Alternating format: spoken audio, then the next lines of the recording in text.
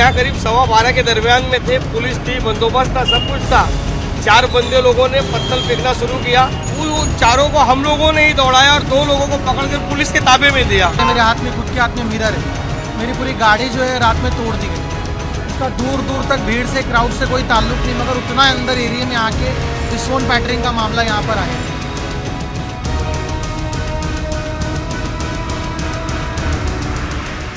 जिस गणपति मूर्ति पर पथराव हुआ उसी गणेश पंडाल के कुछ आयोजक, वहां के सदस्य जो है वो मेरे साथ बातचीत के लिए मौजूद हैं। सबसे पहले तो मैं आपसे जानना चाहूँगा कि आखिर ये पूरी घटना की जो शुरुआत है वो यहाँ पहुँचने के बाद कैसे हुई? दरअसल बात ऐसा है भाई साहब, कल भिवंडी में 3 घटना हुई। और भी मैं एक जानकारी देना चाहता हूँ। 10 बजे शाम में गायत्री नगर से हम बस स्टॉप की तरफ आएंगे तो वहाँ पे एक फातिमा नगर करके है। उधर 4 माले का टावर है। 3रे माले से पत्थर आने के बाद लोग ऊपर का वीडियो बनाने लगे तो बाजू की कॉलोनी से भी लोग पत्थर फेंके। उसके बाद में यहाँ एक ईदगाह रोड करके है, वहाँ पे भी ये घटना हुई। और हम लोग यहाँ करीब 12:15 के दरमियान में थे। पुलिस थी, बंदोबस्त था, सब कुछ था। 4 बंदे लोगों ने पत्थर फेंकना शुरू किया। गणेश जी के जो पीछे का हिस्सा था उस पर, बैकग्राउंड के हिस्से में पहला पत्थर लगा, दूसरा पत्थर बैकग्राउंड को लग के वो गणेश जी के हाथ पे आया और वो नीचे गिरा। तीसरा हमारे कार्यकर्ताओं को लगा। तो वो चारों को हम लोगों ने ही दौड़ाया और 2 लोगों को पकड़कर पुलिस के ताबे में दिया। मस्जिद के पास से आए ये पत्थर?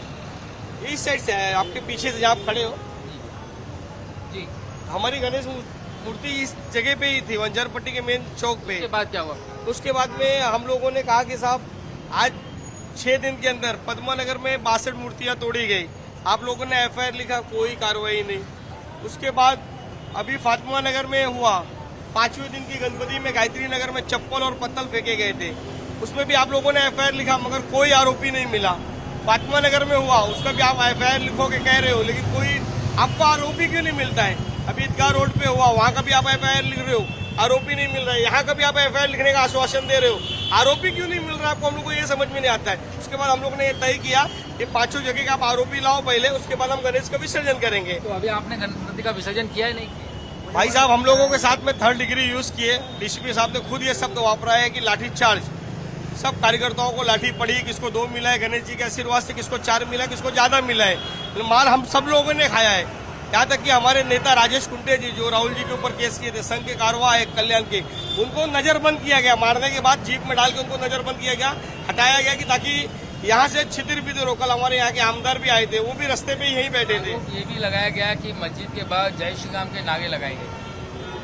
देखिए, नारे लगे नहीं लगे ये नहीं बोल सकते हैं, और आगे पीछे होता है ना। और ऐसा नहीं है कि आदमी नारा ही देगा, आदमी बातचीत करता है। नारा का मतलब क्या हुआ? जय श्री राम। आदमी जय श्री राम कौन नहीं बोलता है? पुराने सदियों से चला आ रहा है ना।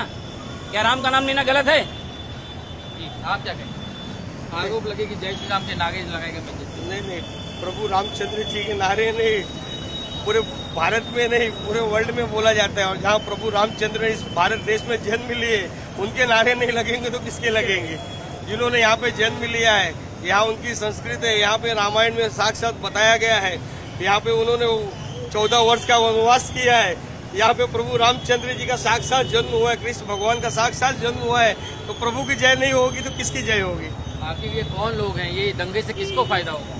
ये दंगे में ऐसा है, ये जो फालतू लोग बैठते हैं इनको कुछ काम नहीं रहता है, ये सब यही काम करके बढ़ावा करते हैं कि हमारा धर्म आगे बढ़े। क्या आपको लगता है ये कोई साजिश का हिस्सा हो सकता है कि ताकि 2 समुदाय के बीच में जो है वो अशांति फैलाई जाए?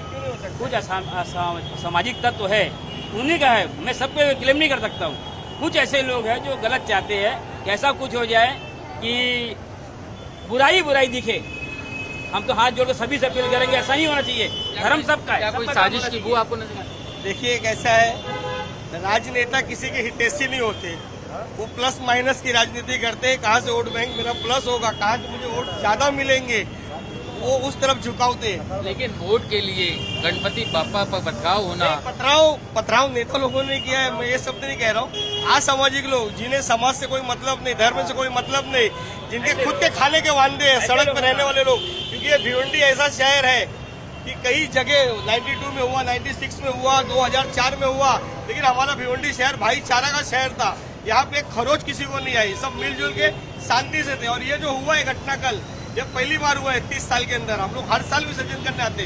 कुछ असामाजिक लोग जिन्हें सिर्फ और सिर्फ दूसरे धर्म को तकलीफ देके। जब एक सवाल ये भी जानना चाहूंगा, जब यहाँ पर पथराव हुआ तब क्या उसमें महिलाएं भी थी, बच्चे भी थे, किससे की थी? हमारी महिलाएं बच्चे हसीन टॉकीज तक आते हैं, बाकी सब पुरुष थे, छोटे बच्चे थे, बड़े बुजुर्ग थे। कुछ लोग जख्मी हुए? हाँ, कुछ लोग जख्मी हुए।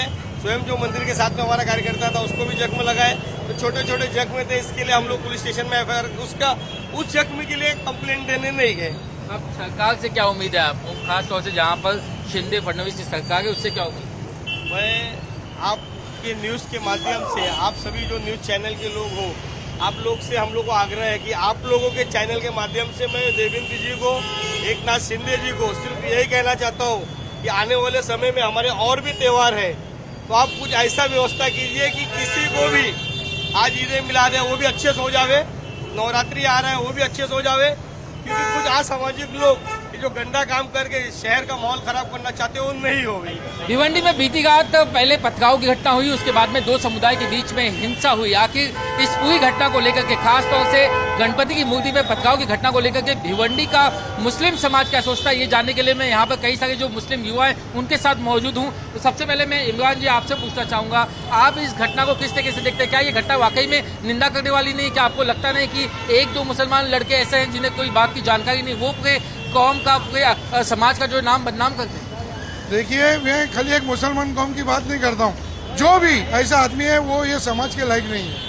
अभी गलती किसने किया, जो भी गलती किया उसको सजा बिल्कुल मिलना चाहिए, चाहे वो मुसलमान समाज का हो, चाहे गैर मुस्लिम समाज का हो। और ये जो शहर का वातावरण चंद लोग जो खराब करना चाहते हैं, ऐसे लोग कोई समाज के है भी नहीं। ये लोग समाज के खिलाफ वाले लोग हैं और दहशत और ये निर्माण करने वाले लोग आपको हैं। लगता है दंगा फैलाने की साजिश करने वाले लोगों के खिलाफ समाज को भी सख्त कार्रवाई करनी चाहिए? कोई फतवा निकाला जा सकता है, उन्हें बाहर किया जा सकता है कौम के? अभी ऐसा तो ये इस माहौल में करना नहीं चाहिए पब्लिक को।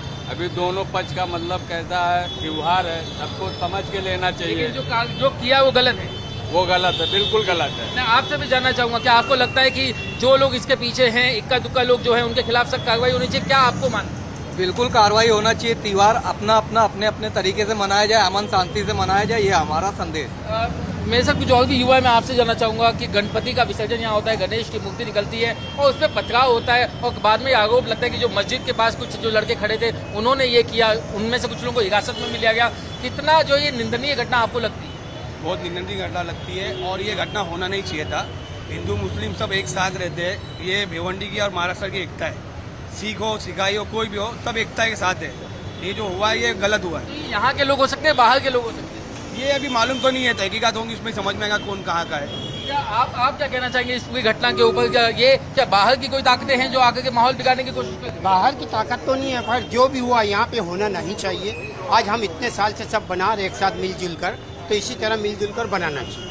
जो यहाँ पर युवा हैं, जो जिन्हें ये समझने की आपको लगता है कि समाज के जो बड़े लोग हैं उन्हें सामने आकर के इन्हें समझाना चाहिए कि इस तरह की घटनाओं को अंजाम ना दे, ताकि दो समुदाय के बीच में जो है अशांति ना फैले?